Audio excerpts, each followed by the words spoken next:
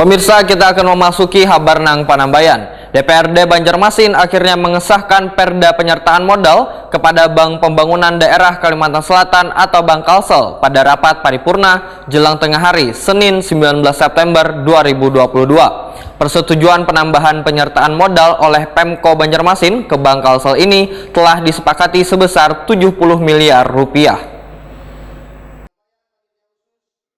DPRD Banjarmasin akhirnya mengesahkan Perda Penyertaan Modal kepada Bank Pembangunan Daerah Kalimantan Selatan atau Bank Kalsel pada rapat paripurna jelang tengah hari Senin 19 September 2022. Persetujuan penambahan penyertaan modal pemerintah Kota Banjarmasin ke Bank Kalsel yang disepakati sebesar 70 miliar rupiah ini dihadiri anggota DPRD Banjarmasin Wan SKPD di lingkup pemerintah Kota Banjarmasin. Ketua Perda Penyertaan Modal kepada Bank Kalsel, Awan Subarkah, memadahkan sebelumnya pemerintah kota berencana menyetorkan 26,7 miliar rupiah untuk tambahan modal. Namun untuk menjaga ranking pemegang saham serta dividen atau bagi keuntungan dari Bank Kalsel, maka pemerintah kota sepakat menambah modal sebesar 70 miliar rupiah. Direktur Bisnis Bank Kalsel, Fahrudin, mengapresiasi kepada seberatan pihak atas disahkannya Perda Penyertaan Modal kepada Bank Pembangunan Daerah Kalimantan Selatan. Melalui penyertaan modal tersebut, maka pemerintah Kota Banjarmasin akan tetap berada di posisi kedua pemegang saham terbanyak. Wali Kota Banjarmasin Ibnu Sina Waitokoni Prima TV memadahkan penyertaan modal ke Bank Kalsel ini sangatlah penting bagi pemerintah kota.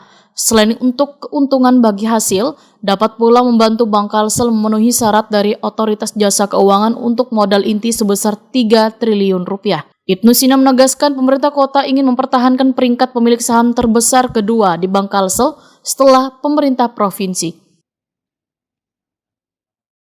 Di tahun 2024 nanti kan paling lambat Desember, perseroan terbatas berupa Bank Kalsel ini harus memenuhi kecukupan modal minimum atau modal inti sebesar 3 triliun.